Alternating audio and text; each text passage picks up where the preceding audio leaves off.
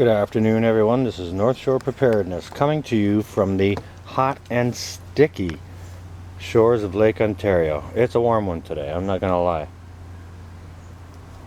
It's warm out. I think we're hitting 28 or 29 degrees, which translate to my American brothers and sisters to be around between 85 and 87. I think the whole thing with the Celsius to the Fahrenheit is you take the number of the Celsius and you double it, then you add 30, and then you end up with your Fahrenheit there. That's just going up the scale. I don't know about, you know, down below zero and this and that, but anyways, yeah, it's a warm and sticky one here.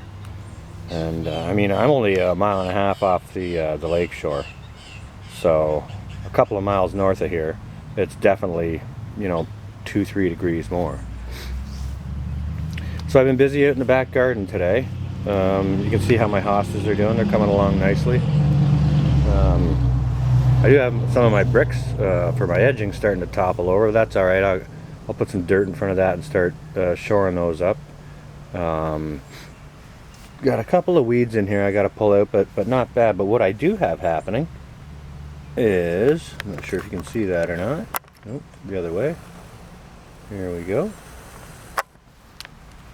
Let's see if I can get a better shot of that. Got some lilies starting to pop up here and there. Few just ever so sparse here and there. Lilies are starting to come up, so my storage method was alright for the ones that did survive. Now, like I said, I did experience about a 50% loss on my storage. I'm not sure if that was because of a certain variety of lily or what the case with that might have been. But anyways, yeah, we got some lilies coming up, so that's going to be nice around here once you know, once they start doing their thing and popping out and making some color. But what I wanted to share with you guys today is just a little bit of progress back in the tiny urban garden, just to show you a little bit about what I've been doing here this morning. And I worked back here this morning while I had some shade to work in, and the sun chased me out around about noon or so. To be in this direct sun without any breeze at all, it was just prohibitive. So I took a break, and I'm gonna get back into here a little later on once I get a little bit more shade happening. And we'll get some more things done. Like I worked a bunch on this bed. This bed over here, I'm gonna get some shade here later. So I'll be able to work in this bed some more. I got a bunch more tomatoes to put in, and I'm going to direct seed some things as well. But so I wanted to give you an update on what I have been doing. Okay. So there was a tomato plant that was here that wasn't doing very well. The leaves on it weren't green. It was just kind of lying over. So I popped it out and I put this new one in. This is a I'm not sure if you can see that or not. This is a plum regal. And I've got a bunch more of those that I'm going to put in that other naked bed over there that I showed you just a minute ago. Okay, so I got that one tomato plant in, and across the back over here I got 20 more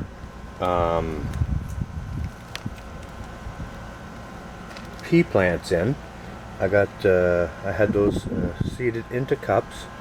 Those you know, those solo cups. I had those seeded into those, so I got those planted in, and I got them all staked up. I went around and I staked up all the peas.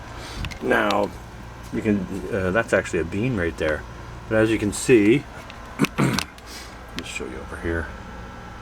There's some that are staked up, and all these is dollar store bamboo skewers to help encourage these peas and beans to grow up onto that first leg of the trellis that I created.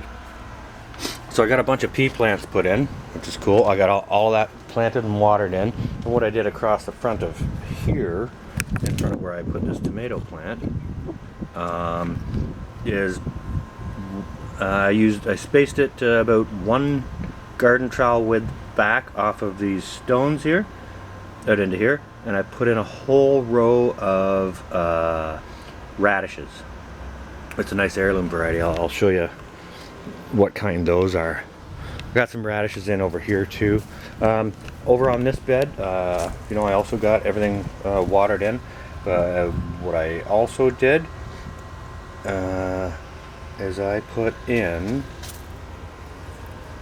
22, I think, 22 bean plants all across the back of this bed, all across over to here, and then across the front of this bed I have another row of radishes, again spaced about 1 trowel wood away from the rocks in the front of this bed.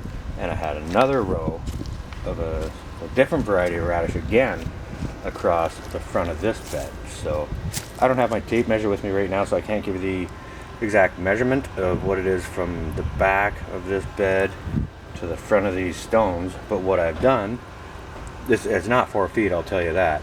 But what I've done is I've got myself 1, 2, 3 rows in this one little bed, and I'm doing the same with the other beds too. So let me just grab these. I've got these radish packages here. I'm just gonna take you up into the shade here where it's a little less prohibitive, and I'll show you what kind of radish seeds I put in the ground. And I mean, it says on these packages they're anywhere from 20 something to 29 days, so it's not a long period on these at all. Days to maturity on this one. I'm not sure if you can see that or not. 26 days to maturity. And this is the white globe radish. I haven't put these in the ground yet, and I may end up doing those in pots or containers. The first variety I put in are these. I'm not sure if it's going to focus on that, but these are white icicle radishes. And I guess they grow long and skinny and white, and I guess they're good when they're pickled, so we'll find out how they turn out. Okay, I also put in this crispy crunch radish variety. This is an all red variety. And on the opposite side of that bed I put in this, this is a Burglar Whitetip radish. Now this one's an heirloom variety, so if I get seeds out of it, those should be viable to plant again next year. And these white icicle radishes are also an heirloom variety. So, you know, if I can't use them all or can't get them all pickled or whatever, I should be able to use the harvest seeds out of them and grow those next year. So what else I've been doing today is I had some I've got some more yellow beans that I had sprouting in these solo cups. They're starting to pop their heads up. You can see this one's just about ready to pop its head up. Same like these. Same with this guy over here. These ones are starting to stand up. So I'm going to put those in along the back of that fence there, in behind where I put the tomatoes. In addition to that, what I've also been doing is I had sprouted a bunch of pea seeds onto between damp paper towel, and I got those seeded into these solo cups. I like to seed them in paper towel because I have, to be honest with you, I have about 100% success rate seeding these onto paper towel and then transplanting them into these solo cups just to let them mature up and harden off a little bit for a week or whatever before I put them into the ground. Now these aren't like the other peas, the garden peas that I have that I showed you earlier. These are snow peas or snap peas. These ones are you know, the really flat ones that you put into, you can put them into salads and just eat them raw, or you can throw them in a stir fry for your stir fried vegetables and just eat them that way. So I think I'm going to do these in pots, and I'll just make a little trellis above each pot or container that I plant these into. Now, I got a bit of a question for you guys. You guys may do things differently. Like peas and beans, they seem to sow directly fairly well, but I am having almost 100% success rate doing this. Now these are the ones that I've sprouted on paper towel, and as you can see, almost every single one, there's the top part of the plant, there's the little root it's produced. These are almost leftovers. I did another tray of these, and I gave the leftovers that I had to next door neighbors beside me and across the road, and they've seeded them into their gardens. But let me know what you guys think about this process. If it's a wasted step, if it's unnecessary. You know, let me know what you guys think, because I'm having great success with that process. Like I said, it could be 100% unnecessary. I don't know. I'm not a pro here. I'm just kind of doing it right and see what my results are going to be. Other than that, I've got my basil seeded into this pot here. It's starting to shoot up. I got basil also seeded into this pot here. It's shooting up. You can see some of the basil starting to shoot up in this pot here. So I got 3 pots of basil. They're starting to shoot up. My rosemary plant is doing very nicely, which I have augmented with seed around it, so maybe it'll explode and give me more rosemary, and I can transfer some of that into hanging baskets or some pots to take indoors over the winter, or whichever the case may be. My parsley's starting to go nuts here. That's perfect. It's very prolific, and you know, my chives are doing amazing, along with you know, my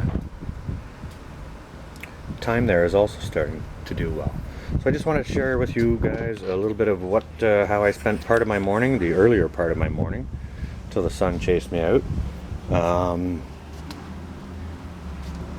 and sort of let you know what sort of progress I was experiencing. Now I will get to doing some other things later, and I may also get to having a fire later. I went out earlier to some job sites and I collected some firewood, so I may put one of those on later as well, and do a small video if I've